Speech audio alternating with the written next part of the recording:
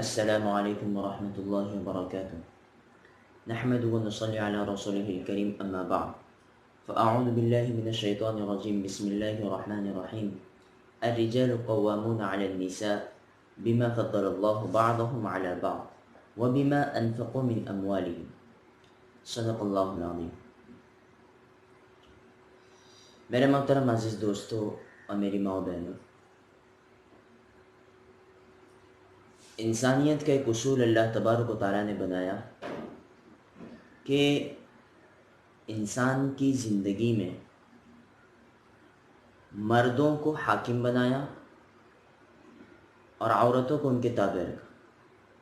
اللہ فرماتا ہے الرجال قوامون علی النساء، کہ مرد یا عورتوں پر قوام ہے۔ اس کا کیا مطلب؟ کہ اللہ تبارک و تعالیٰ نے جو نظام بنایا ہے اور اسلام کا جو نظام ہے، اس اعتبار سے اگر ہم اسلامی معاشرہ اور اسلامی سماج بنا کر دیکھیں تو اس بات کی امید نہیں بلکہ یقین ہے کہ جتنے گھریلو جھگڑے اور جتنے بھی آپس کی جو چپقلش اور آپس کی جو نفرتیں ہیں وہ ساری ختم ہو جائیں گی۔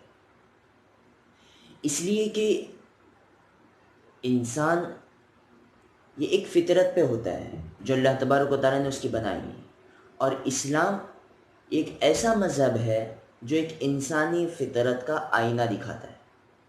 اب اسلام نے چونکہ مردوں کو حاکم بنایا، عورتوں کو محکوم بنایا، لیکن باطل نے ہمارے ذہنوں کو ایسا چینج کیا اور ہمیں ایسا ورگا لایا کہ عورتوں کی زبانی یہ آوازیں نکلوائی کہ ہمیں اسلام نے حقوق نہیں دیے، ہمیں آزادی نہیں ہے، مرد باہر گھوم سکتے ہیں ہم نہیں گھوم سکتے، مرد کما سکتے ہیں ہم نہیں کما سکتے۔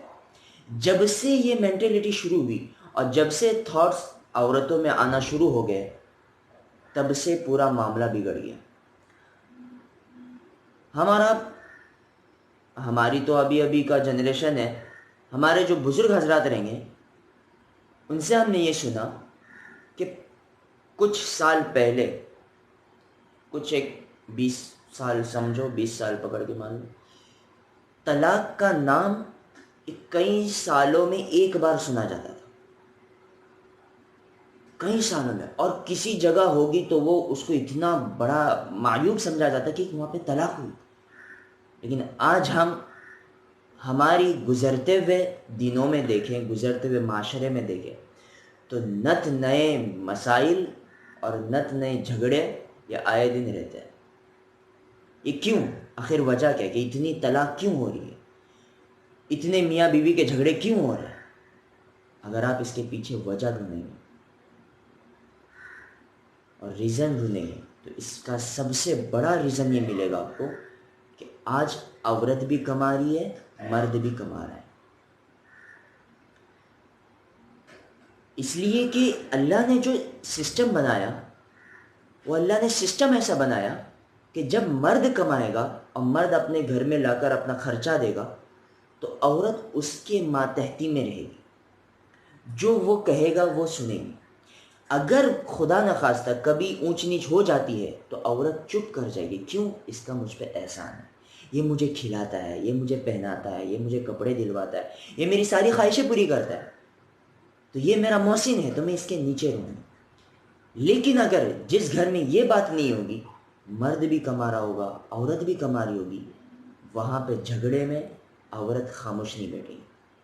عورت یہ سوچے گی کہ مجھے اس کی کیا ضرورت ہے، میں خود کما رہی ہوں، میں خود اپنے پیروں پہ کھڑی ہوں، مجھے اس کی ضرورت نہیں ہے، تو تو کون ہوتا ہے مجھے میری بات منوانے والا؟ اور جب یہ مسائل آ جائیں گے تو میاں بیوی کے جھگڑے شروع ہو جائیں گے اور یہ جھگڑے طلاق پہ جا کے ختم ہو جائیں گے۔ آج دیکھیں ہم کہ آج باطل نے اور یہودیوں نے ہماری مستورات کی یہ ٹی وی چینلز کے ذریعے، ٹی وی سیریلز کے ذریعے ایسی دماغ کو ایسا چینج کیا ہے کہ ہر کوئی عورت مسلم عورتیں، مسلم مائیں بہنیں، مسلم لڑکیاں یہ کہتی ہے کہ ہمیں پہننے میں آزادی نہیں ہے، جسم ہمارا ہے تو مرضی بھی ہماری ہونی چاہیے، مائی لائف مائی رولز، یہ جو ٹرینڈ چلتا ہے نا، یہ ساری چیزیں چلتی رہتی ہیں کہ عورت بھی کمانی چاہیے، عورت کو بھی حقوق ہونے چاہیے. لیکن میری ماں بہنوں، شاید سے یہ بات آپ کو بری لگے، لیکن اسلام کا انصاف یہ انصاف ہے. اگر ہم اس انصاف کو انصاف کی نگاہ سے نہ دیکھیں اور ظلم کی نگاہ سے دیکھیں تو یہ ہمارے لیے ظلم بن کے برسے گا، ہماری زندگیاں ایسی ہی تباہ ہوتی رہیں گی. اللہ نے حدود رکھے ہیں، مردوں کے حدود باہر تک ہے، مرد کمائیں، جا کر پیسہ کمائیں اور لا کر گھر میں راشن دیں، خرچہ پانی دیں، کپڑے دیں، یہ مرد کے حدود ہیں. عورت کے حدود اللہ نے گھروں میں رکھے کہ بچوں کی تربیت، گھر کا ماحول اور بچوں کو کس انداز پر ڈھالنا ہے یہ عورت کی ذمہ داری. جس طرح عورت اپنے آپ کو سنوارے گی، جس طرح عورت اپنے بچوں کو بچپنے سے جو تربیت دے گی، بچہ اسی تربیت پہ، اسی طریقے پہ بچہ پروان چڑھے گا. تو اس کے لیے آج ہم گزارش کرتے ہیں، آج اس آیت کا سبق جو ہمیں ملتا ہے وہ ہماری مائیں بہنیں نوٹ کر لیں کہ اللہ تبارک و تعالیٰ نے ہمیں روزگاری کمانے کے لیے نہیں بنایا.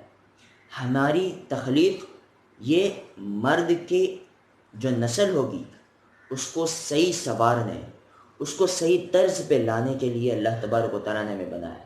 تو ہم اپنی ذمہ داری سمجھیں اور یہ جو تخیلات ہوتے ہیں، یہ جو خیال ہوتے ہیں، یہ جو فکریں ہوتی ہیں، یہ سارے مٹا دیں کہ نہیں، جو اسلام ہمیں کہتا ہے وہی ہمارے لیے صحیح راہ ہے، اسی میں ہمارے لیے بھلائی.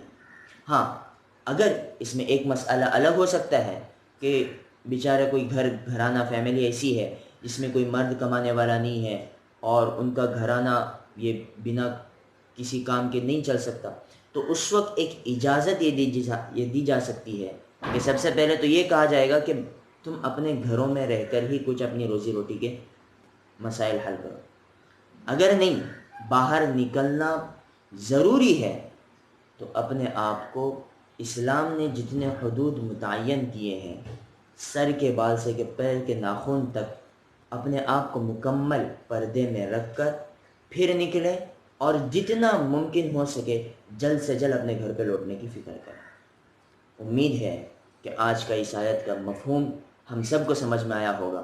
اللہ ہم سب کو عمل کی توفیق دے، اللہ ہم سب کے بدلے ہوئے ذہن کو صحیح اسلامی ذہن پہ ڈھالے.